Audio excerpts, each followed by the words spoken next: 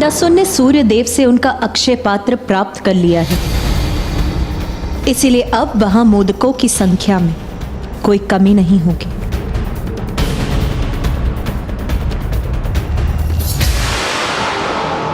ये लीजिए प्रभु, मोदक प्रस्तुत है।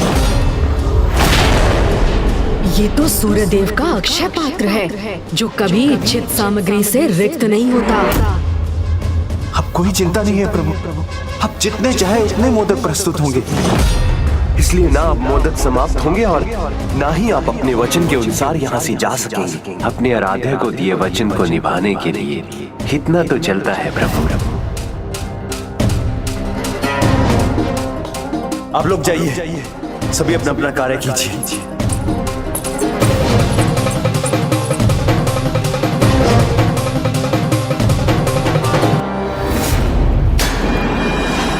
अब शीघ्र मैं प्रभु महाशिव का वाहन कर उन्हें भी यहाँ बुलाने में सफल हो जाऊंगा।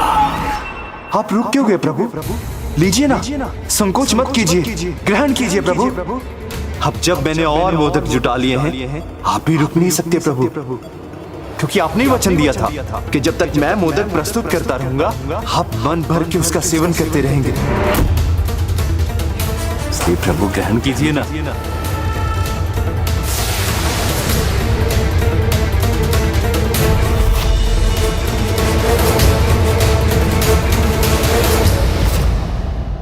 देखिए माता, किस प्रकार भक्ति के नाम पर अपने प्रभु को बंधक बना रहा है ये कपटी भंडासुर। ये तो इसका सबसे बड़ा महापाप, जिसके मूल में इसका चलता है का भाव, वही चलता है का भाव जो संसार के जीवों को प्रभावित कर उन्हें अधर्म की ओर ले जाता है।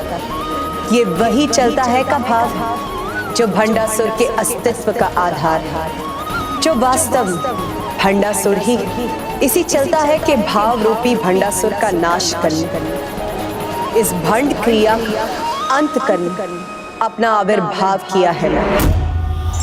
तब तो माता हमें आज्ञा दीजिए, इससे पहले कि भंडासुर गणेश जी को ढाल बनाकर प्रभु महाशिव का आवाहन करने में सफल हो, हम उसका और उसके अमरपुर का सर्वनाश कर दें। यदि यही है आपकी इच्छा तो देवी सेनापति दंडीनाथ, आज आप स्वयं देवी तिरस्करी प्रणाम माता। और देवी बसंती के साथ जाकर हमारी देवी सेना का नेतृत्व करें। आज्ञा दीजिए माता, आज्ञा दीजिए।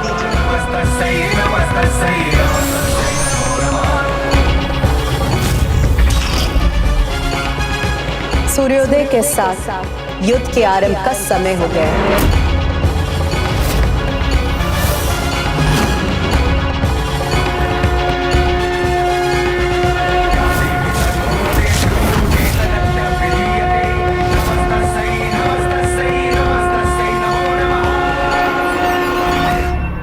असुर महानायक, आज के युद्ध हेतु मुझे अपार बलशाली 7 बलाहक महायोद्धाओं को इस युद्ध में प्रस्तुत करने की अनुमति दीजिए। प्रथम बलाहक है संहार गुप्त।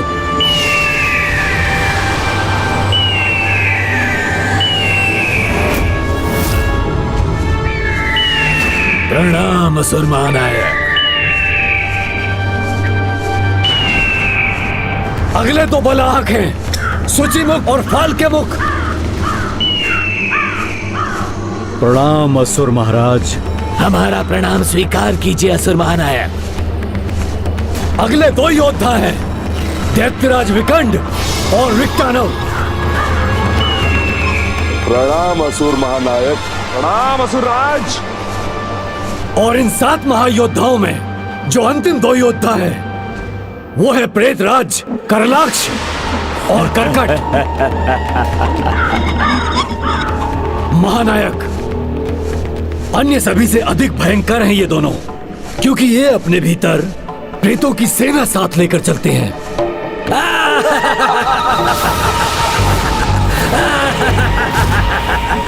इन 7 के भयानक और अनूठे अस्त्रों का उस नारी सेना के पास कोई तोड़ नहीं होगा।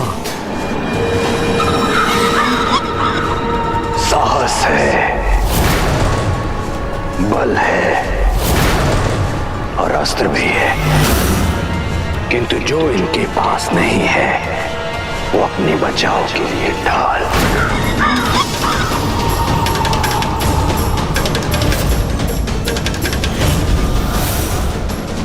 मुझे ज्ञात है इनकी ढाल क्या बन सकती है। असुर महानायक हूं मैं और इनकी एक कमी पूरी करूंगा। मुझसे ढाल प्राप्त करने पर ही इस युद्ध के लिए तैयार होगे तुम।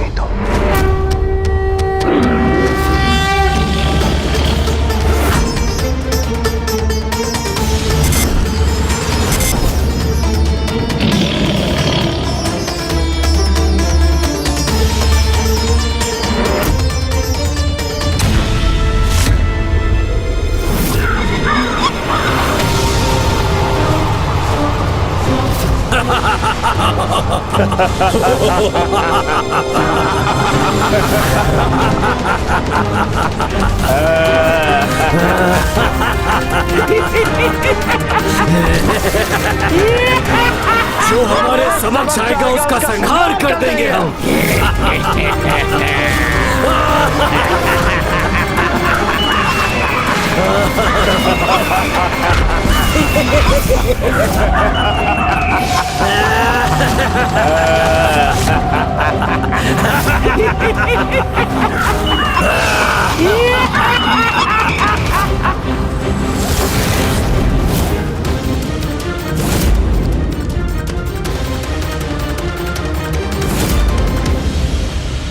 अब ये मेरे साथ सिंदूरासुर चुटकी भर सिंदूर की शक्ति से इन देवियों की सेना को रोकेंगे और उधर मेरे प्रतिरूप मेरे प्रभु महाशिव का आवाहन आरंभ करेंगे। और अब ऐसा कहने से मुझे कोई नहीं रोक सकेगा, ना गणेश जी ना देवी ललिता।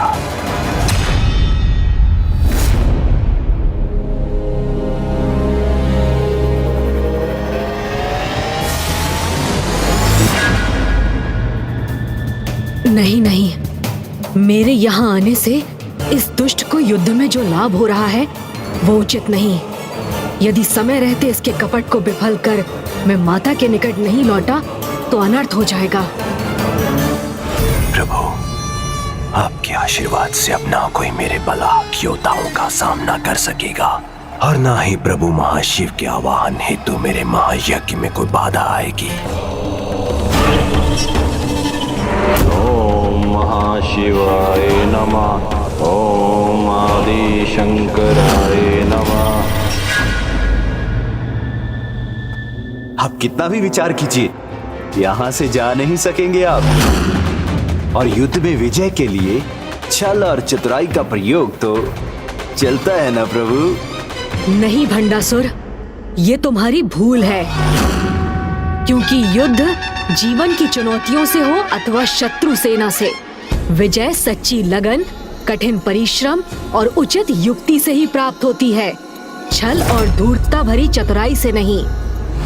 नहीं नहीं प्रभु, क्षमा कीजिए, किंतु भूल मुझसे नहीं आपसे हो रही है, क्योंकि आज मेरा छल और मेरी धूर्तता ही मेरी सफलता का आधार बनेगी।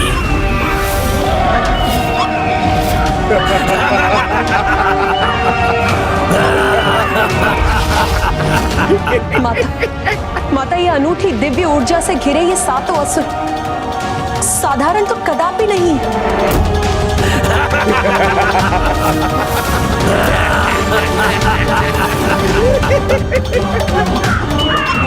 आनंद आएगा देवियों, आनंद। तुम देवियों को पराजित करने में बहुत आनंद आएगा।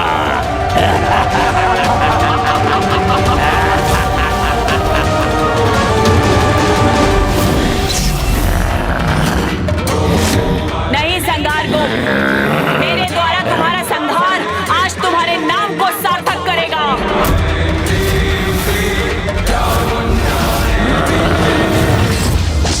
मेरे बलाक भ्राताओं, बहुत ही भयंकर मृत्यु चाहती हैं ये तीनों देवियां। हमें अपने मायावी बल से इनकी ये इच्छा शीघ्र पूर्ण करनी होगी।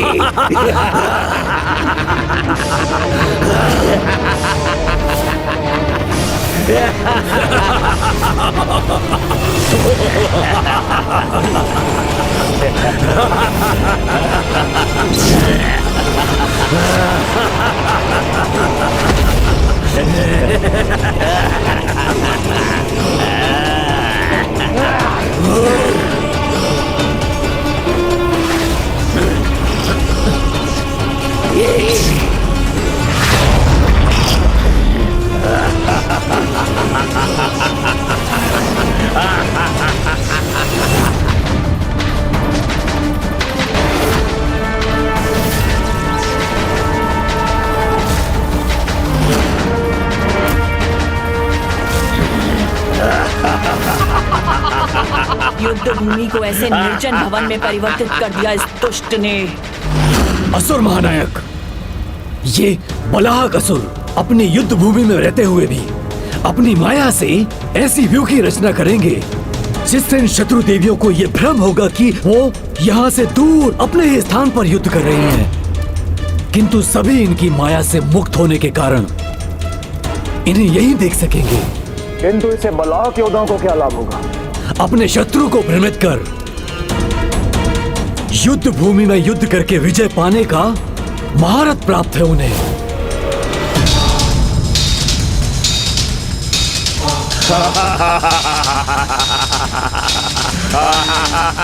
क्या हुआ देवी?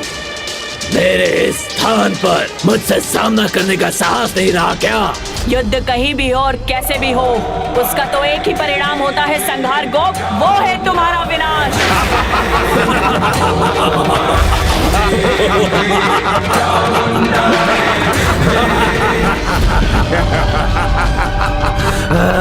दुष्ट असुर, ये वन जो तुमने अपनी माया से प्रकट किया है, तुम्हारे साथ ये वन भी नष्ट होगा।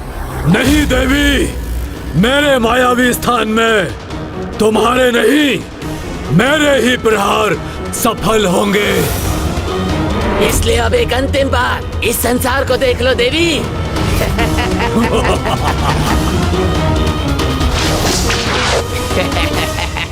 मूर्खो, इस संसार से मुक्ति तो अब तुम्हारी होगी।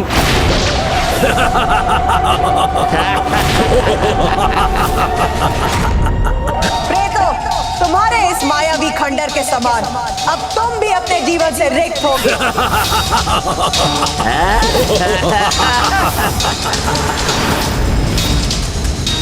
इन असुरों के निकट इस दिव्य शक्ति का होना कहीं देवियों के लिए कोई नवीन कठिनाई का संकेत तो नहीं?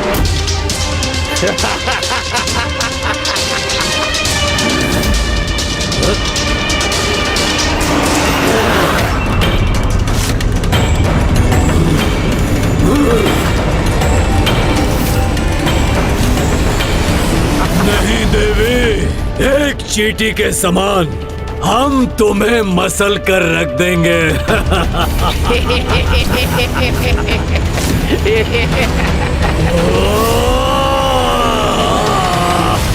देवी, हम साक्षात मृत्यु है तुम्हारी।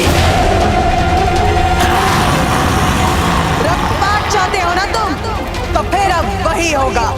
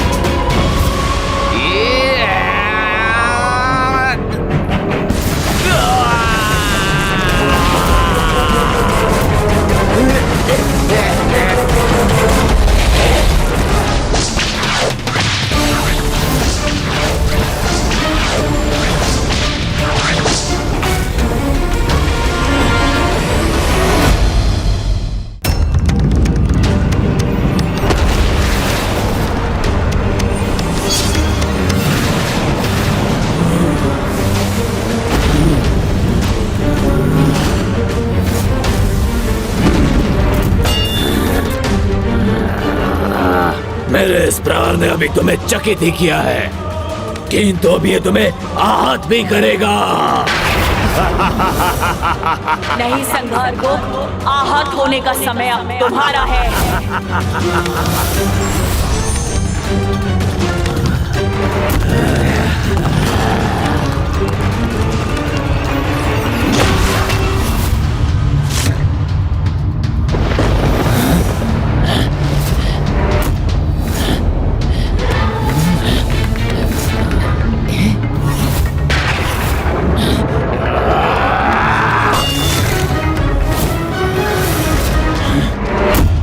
आश्चर्य, एक नारी में इतना सामर्थ्य, किंतु अब इस सामर्थ्य का भी कोई लाभ नहीं होगा इसे।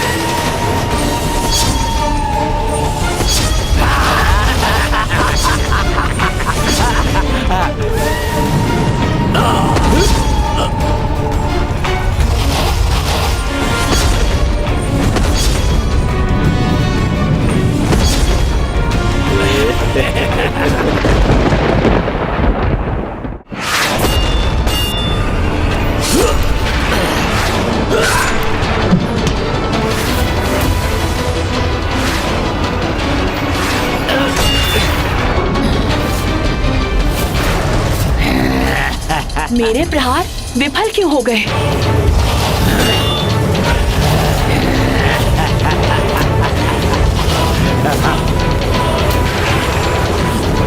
देखा देवी, कहा था ना मैंने, तुम हमें कोई भी क्षति नहीं पहुंचा सकती।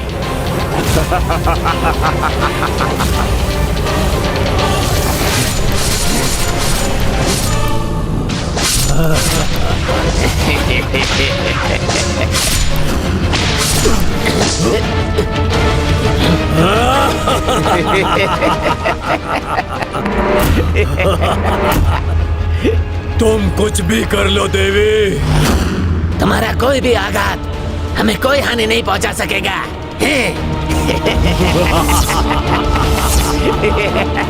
क्या है इनके सुरक्षित रहने का कारण? और दुष्टता भरे तुम्हारे ये शीश तुम्हारे धड़ से विलग कर दूंगी मैं।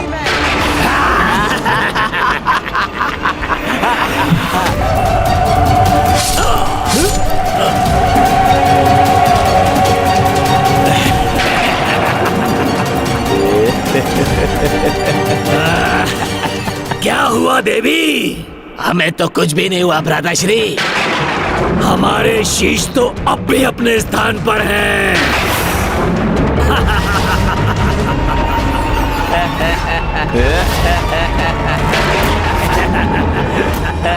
कोई दिव्य शक्ति इनका कवच बनी है, अन्यथा मुझसे इनकी रक्षा असंभव है। तुम सभी के प्रहार विफल हो गए ना? अब तुम क्या करोगी देवी? कैसे करोगी हमारा सामना देवी?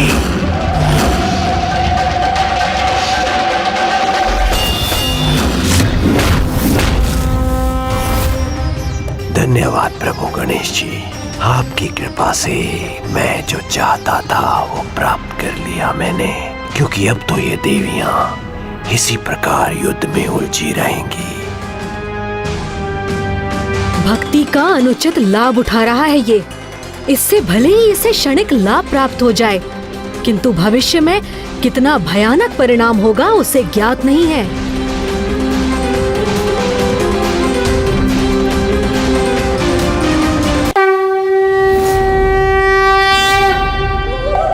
दुष्ट असुरों, तुम्हें तुम्हारे काल से भेंट कराने के बाद ही विश्राम करेंगी हम।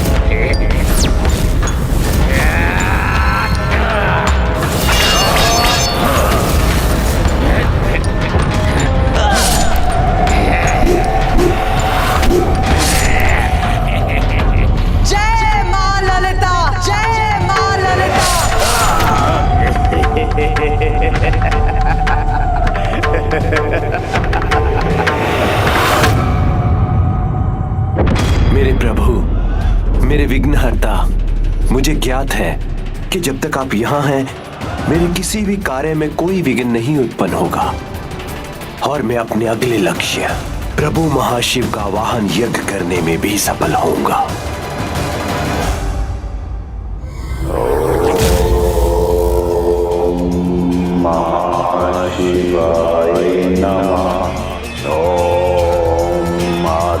शंकराय नमः। ओम महाशंकराय नमः। ओम जगन्नाथाय नमः। ओम आदिशंकराय नमः।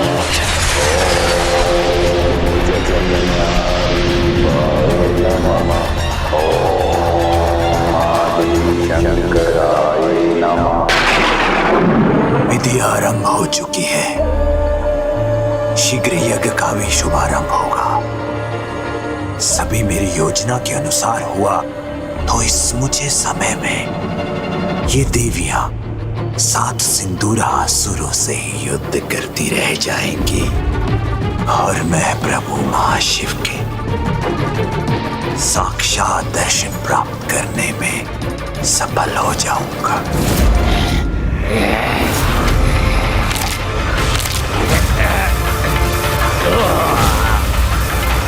जय माता पराशक्ति, जय श्री माता ललिता।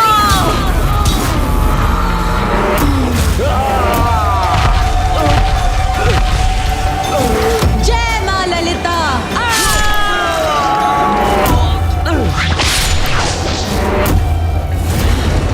जय माता पराशक्ति।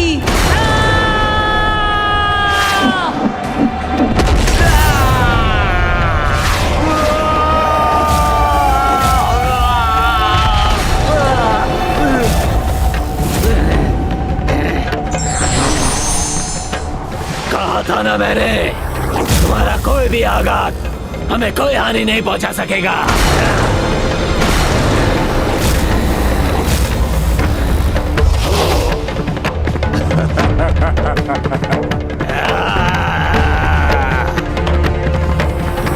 हे माता, ये कैसा दिव्य कवच है माता, जिसे हम भी नहीं भेद पा रही है।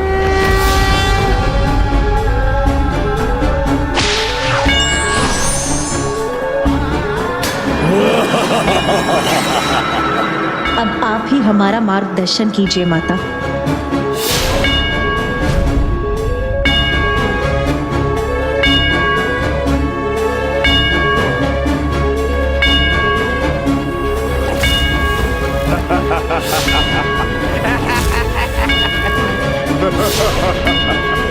Ha ha ha ha!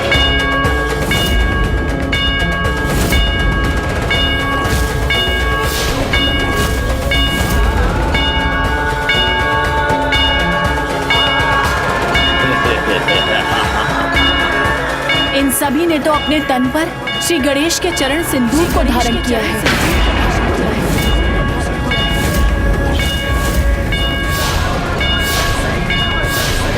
इसीलिए हमारे अस्त्रों के प्रहारों से सुरक्षित हुई है।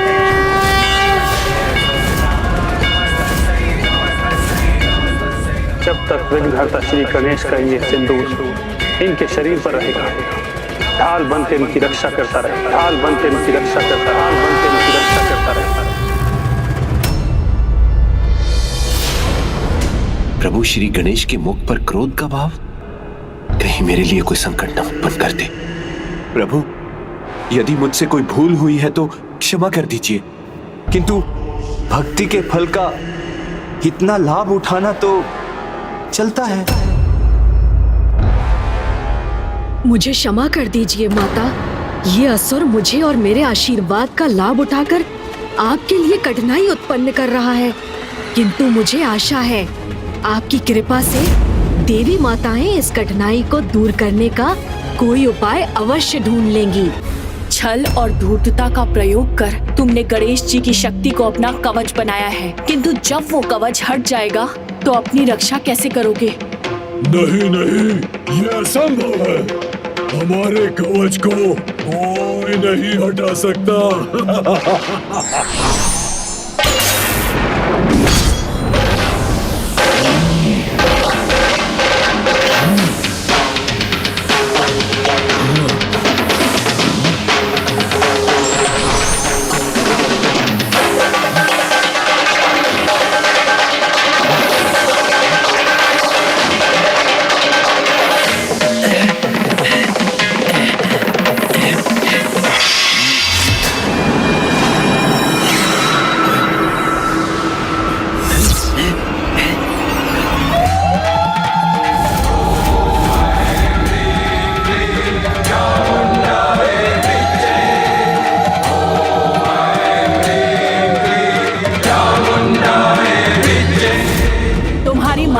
मिटा दिया मैंने, अब तुम्हारा कवच शेष है।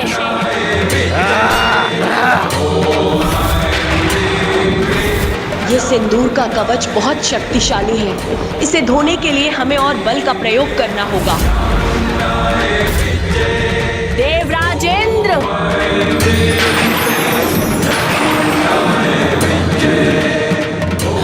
संकोच मत कीजिए देवराजेंद्र, शीघ्र वर्षा उत्पन्न कीजिए।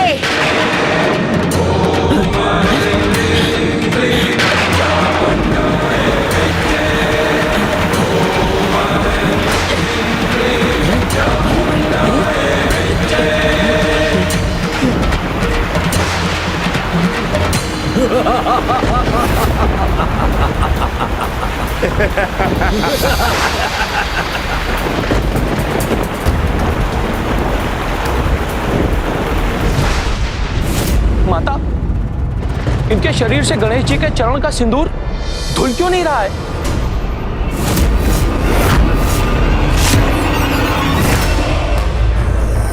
इंद्रदेव पर कुछ अधिक ही विश्वास था इन देवी को। लेकिन अब तो वो विश्वास भी भंग हो गया।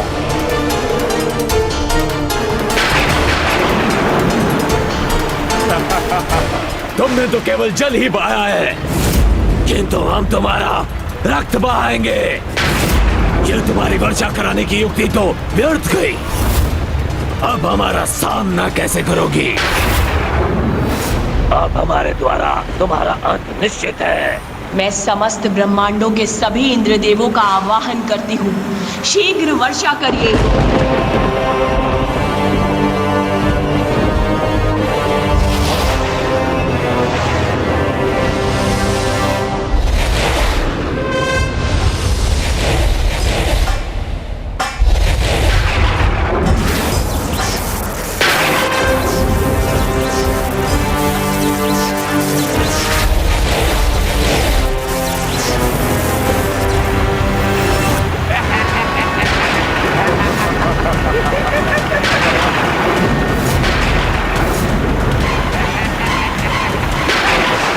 कितना भी प्रयास कर लो देवी, गणेश जी का आशीर्वाद है ये सिंदूर इतनी आसानी से नहीं धुलने वाला।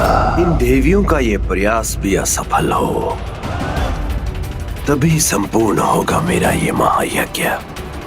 और जैसे ही मेरे प्रतिरूपों की हथेलियों पर स्थित अग्नि अपनी पूर्णता प्राप्त करेगी, मेरे महायज्ञ की अग्नि प्रज्वलित हो जाएगी।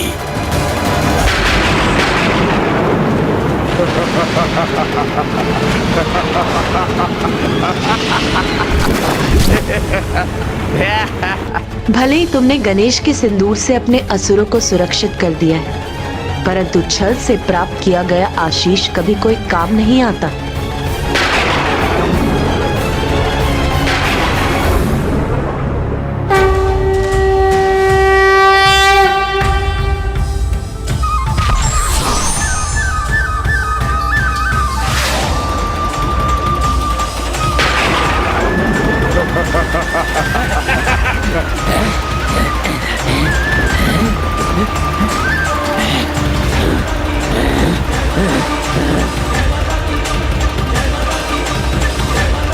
ये कैसे संभव है? हमारे शरीर से ये दिव्य सिंदूर कैसे धुल रहा है? इस तरह तो हमारा कवच मिट जाएगा। अब हम इन देवियों के सामने असुरक्षित हो जाएंगे।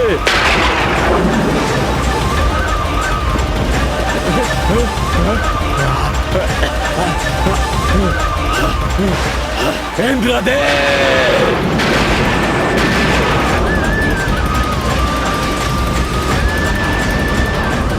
ये अग्नि अस्थिर क्यों हो रही है?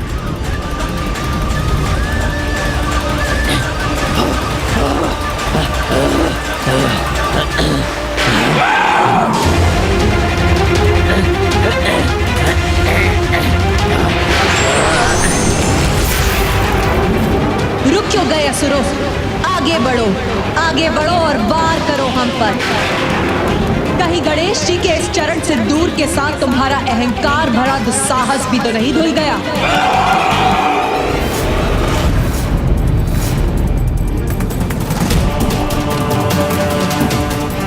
नहीं, मुझे कोई चिंता नहीं, क्योंकि जब स्वयं विघ्नहर्ता श्री गणेश जी है यहाँ, तो मेरे कार्य में विघ्न कैसे आ सकता है? मैंने कहा था ना भंडासुर, युद्ध में विजय उचित युक्ति और रणनीति से प्राप्त होती है, छल या कपट से नहीं। ना कोई युक्ति, ना छल, ना धूर्तता और ना ही कोई चतुराई प्रभु। मुझे तो बस आपके आशीर्वाद की आवश्यकता है, और वो तो मैं लेकर ही रहूंगा। वक्रतुंड महाकाय सूर्यकोटि समप्रभ निर्विघ्नं कुरु मे देव सर्वकार्येषु सर्वदा।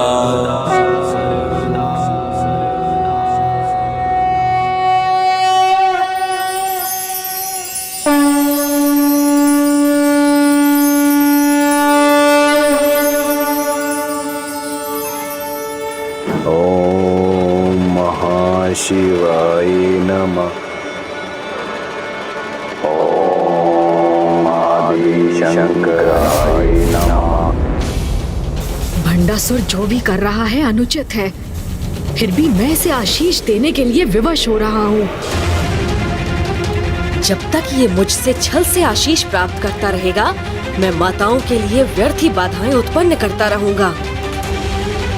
मैंने कहा था ना प्रभु, जहां आप हैं वहां पराजय हो ही नहीं सकती। अब देखिए, युद्ध भूमि में भी मेरे योद्धा अवश्य सफल होंगे।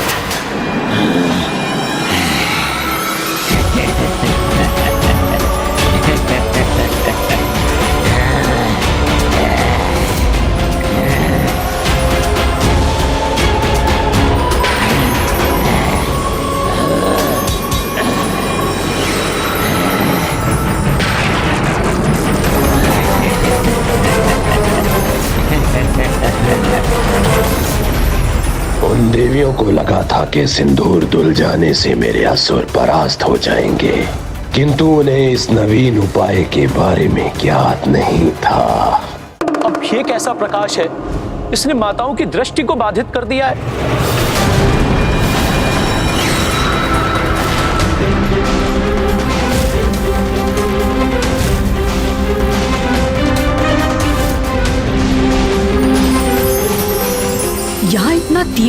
प्रकाश कैसे उत्पन्न हो रहा है? क्या भंडासुर इस प्रकाश का भी कोई अनुचित लाभ उठा रहा है? ये है मेरे बलाहक असुरों का सर्वाधिक शक्तिशाली अस्त्र, सूर्यदेव का अपार तेज।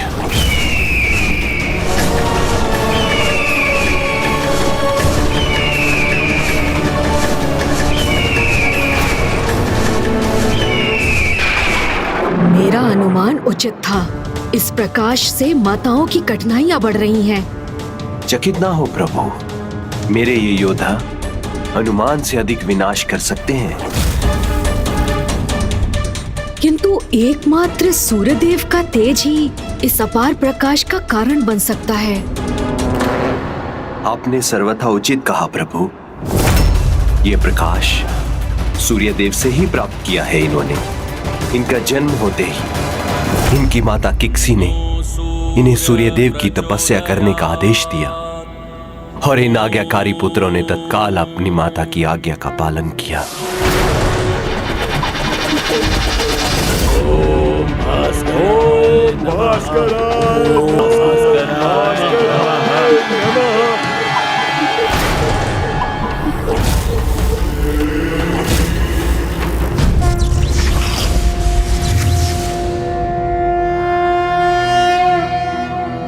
ॐ आदित्याय विद्महे सहस्रकिरण्य धीमहि तन्नो सूर्य प्रचोदयात्।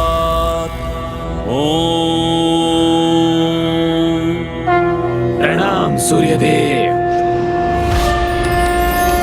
कल्याण।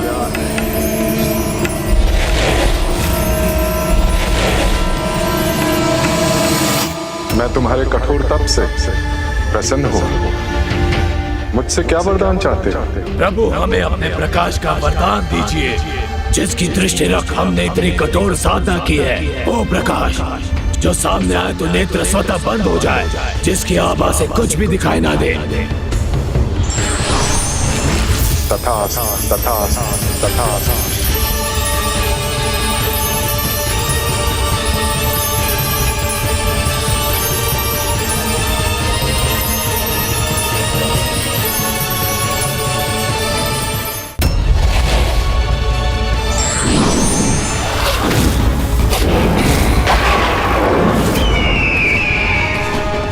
जो हमारे सामने आएगा हमारे बढ़ते प्रकाश से पिघल जाएगा।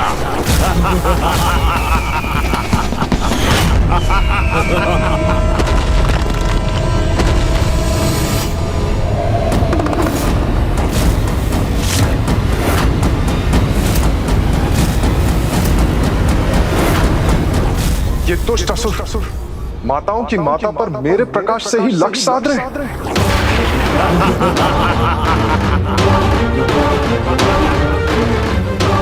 तुम देवियों का खेल यही समाप्त करेंगे हम। सूर्यदेव के बढ़ते प्रकाश से यहाँ सब कुछ भस्म कर देंगे। उसमें सर्वप्रथम होंगे तुम्हारे अस्त्र, फिर तुम्हारे रथ,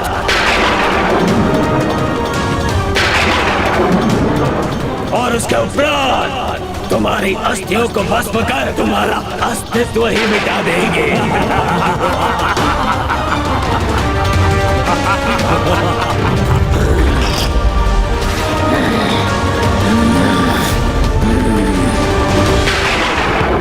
माता इस भयानक आक्रमण का सामना कैसे करेंगी?